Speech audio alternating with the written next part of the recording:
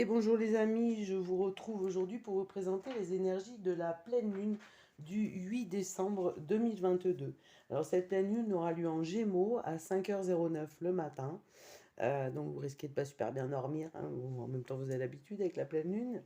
Le Gémeaux, c'est le signe de la conversation, des commentaires, de la curiosité, de la communication par excellence, des déplacements et donc des communications en tout genre. Donc, face pleine lune qui va être pile sur Mars, qui est la planète de la colère.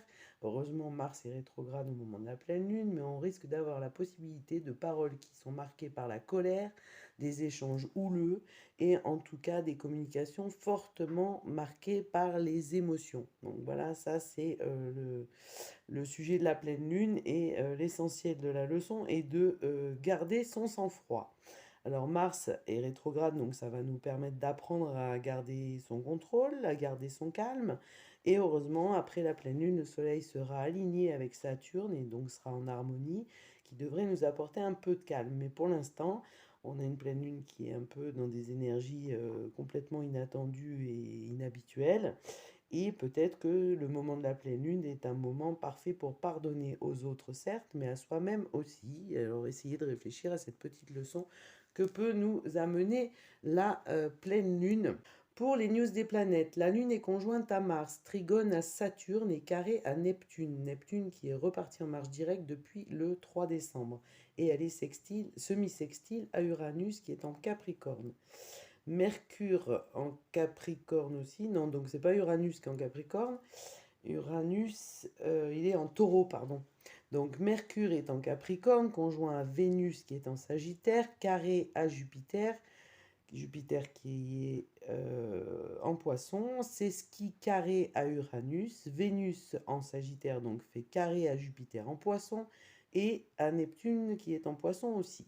Semi-sextile à Pluton. Mars est en Gémeaux, trigone à Saturne, carré à Neptune et semi-sextile à Uranus en Taureau donc. La conjonction Lune-Mars rétrograde nous amène du dynamisme, de la légèreté, une capacité à agir, parfois peut-être une humeur changeante, beaucoup de spontanéité, d'impulsion, d'action et peut-être un peu d'obstination aussi. Peut-être un peu aussi plus de légèreté qui ne fait nous permettre de nous arranger avec la réalité. Effectivement, dans cette période un peu confuse et en période de pleine lune, ça peut être un peu compliqué. On a en plus 3 planètes en signe d'air, donc on a un vent nouveau qui souffle sur cette pleine lune. Le carré de la pleine lune à Neptune nous fait partir dans des rêves et la réalité est difficile à accepter quand on essaie de remettre les pieds sur terre. On peut aussi penser avoir la bonne vision alors qu'on se trompe. Alors attention aux illusions, aux influences qui nous prennent sous leurs emprises. Sous leur emprise, pardon. Donc effectivement, attention à ce qu'on pense être vrai, on pense attention à ce à quoi on croit. Le semi-sextile à Uranus peut faire péter les plombs et un jet d'émotion très fort peut apparaître. Donc effectivement, attention aussi à cette opposition donc de la pleine lune en Gémeaux qui va s'opposer à Uranus. Le problème, c'est de faire cohabiter le Gémeaux et le Taureau en essayant d'en faire quelque chose d'amusant pour y arriver, hein, parce que c'est pas évident, mais on peut peut-être y arriver. De toute façon, c'est pas mal d'essayer. La Lune est opposée au Soleil, donc il y a beaucoup d'énergie, mais elle est mal canalisée, enfin elles sont mal canalisées, ces énergies.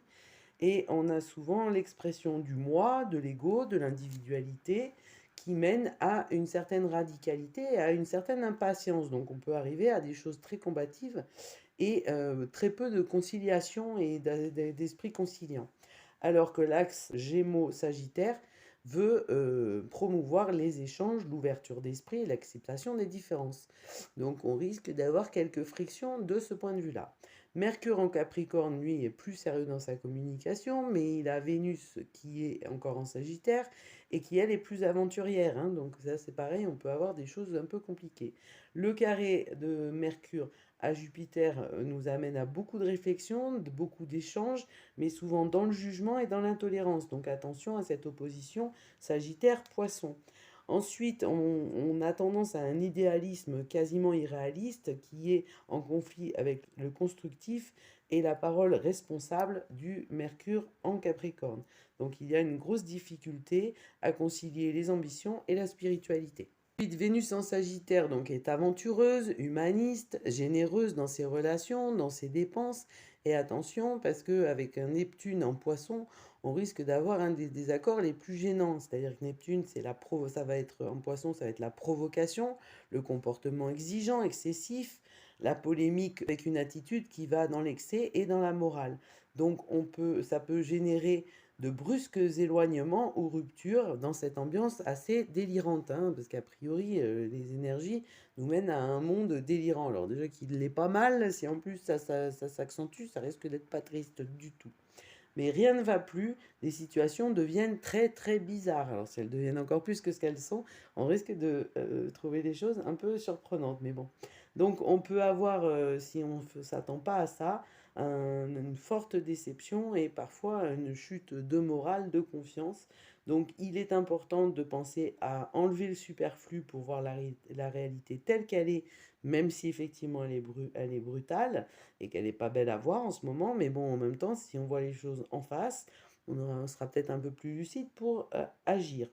Mars est rétrograde en Gémeaux et il permet d'agir avec rigueur et sur le long terme avec son trigone à Saturne.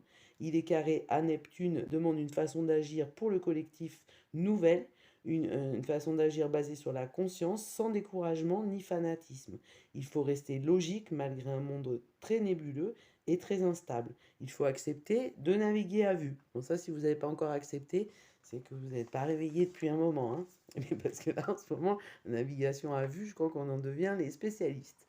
C'est le moment de réviser sa force d'action, de revenir sur ce que l'on sait faire, et peut-être que grâce à ce retour sur ce qu'on connaît, sur ce qu'on sait faire, on accueillera la nouveauté en complément de ce que l'on sait déjà, et tenter d'être dans sa liberté sans pour autant convaincre ou attendre quelque chose des autres pour pas être déçu, et replacer son pouvoir en soi et surtout se recentrer sur son intuition, sur ses émotions, sur son côté spirituel. N'oubliez pas que ce message est un des messages de la vidéo des énergies de la semaine en cours. Je vous la mettrai dans le petit coin de la vidéo et comme ça, vous pourrez aller voir les énergies de la semaine en cours en plus des énergies de la pleine lune. Ensuite, on va passer au tirage. Donc, avec le jeu des 152 mots, nous avons construire, danger et magie. Voilà, écoutez, ça résume assez bien ce que je viens de vous dire. Il est important de construire un monde nouveau, une logique qui redeviendrait logique, hein, parce qu'en ce moment c'est un peu la catastrophe.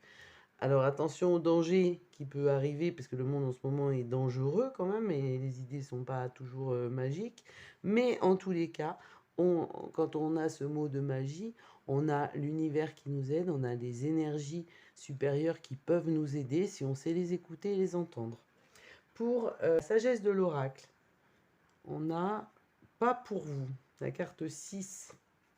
Alors on a une notion de mouvement, mais c'est pas super positif comme message. Alors que nous dit cette carte? Le message de cette carte, une claire conviction que l'on vous refuse quelque chose, le rejet de la protection de Dieu. Le message de l'oracle, il y a des fois où il semble que peu importe la force de votre désir, peu importe combien vous travaillez dur, le résultat recherché semble toujours vous échapper. C'est comme si vous n'étiez pas vraiment dans le coup et vous avez l'impression que vous ne faites que regarder passer la parade. L'apparition de cette carte indique que vous n'arrivez pas à ce que vous voulez en ce moment, qu'en fait vos rêves pour cette chose particulière ne se réaliseront pas. C'est un temps pour accepter d'emblée que vous ne pouvez pas tout avoir au moment où vous le voulez. Patience, car il y a des forces bienveillantes qui désirent ce qu'il y a de mieux pour vous et qui ont une idée beaucoup plus nette de ce que fera votre plus grand bien. Le rejet et la protection de Dieu, une chose bien plus intéressante qui vous rendra réellement heureux, se prépare, croyez-y. Donc en fait, on vous explique que peut-être que vous êtes dans des relations toxiques, que votre projet vous paraît miraculeux et va vous sortir de toutes les ornières, mais en fait, vous vous trompez. C'est dans ce sens-là que vous avez quelque chose dans un message que ce que vous faites ou la direction que vous avez empruntée n'est pas celle qui vous convient et qui est le mieux pour vous.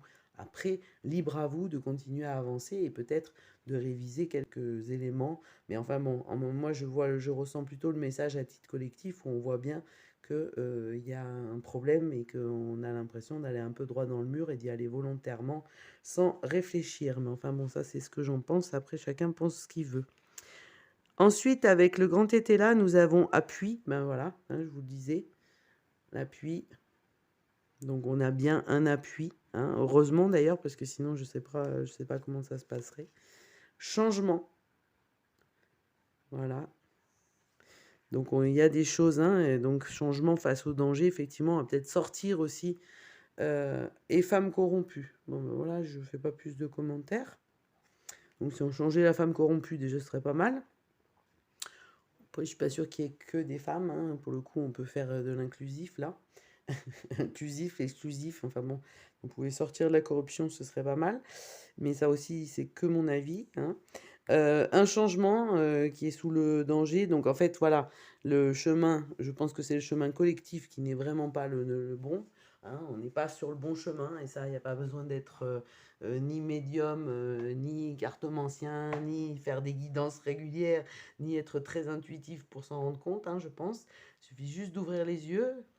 Et donc, le chemin, c'est vraiment pas le nôtre. On a un appui pour aller vers le changement, hein, un changement qui peut faire appel effectivement à la magie. Et on a l'influence négative, hein, parce qu'on ne peut pas dire autre chose, d'une femme corrompue. Donc voilà pour les énergies de cette pleine lune qui sont un peu particulières, effectivement, mais bon, chaque pleine lune est particulière.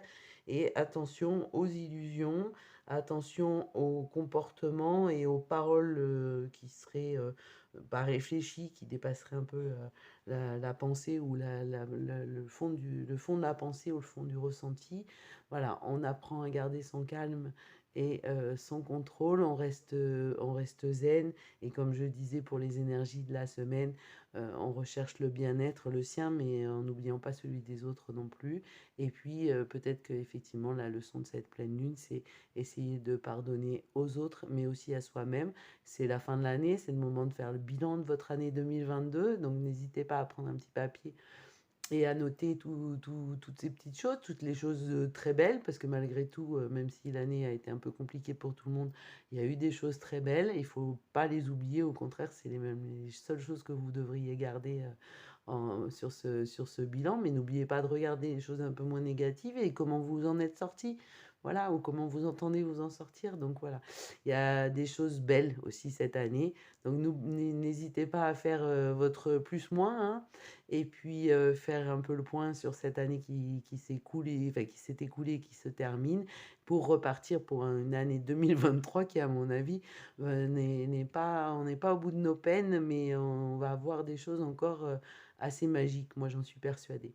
Voilà, je vous souhaite une très très belle lune. Je vous remercie de votre fidélité. N'hésitez pas à liker si vous avez aimé cette vidéo, à vous abonner si vous n'êtes pas déjà abonné, à commenter pour partager vos expériences. Ce sera un plaisir de vous lire et à partager pour faire connaître la chaîne parce qu'elle en a un peu besoin. Elle est un peu toute petite, donc ce serait sympa si elle grandissait un petit peu grâce à vous. Je vous en remercie par avance. Je vous souhaite donc une très belle pleine lune, une très belle journée, une très belle nuit si vous m'écoutez la nuit et je vous dis à très vite. Au revoir.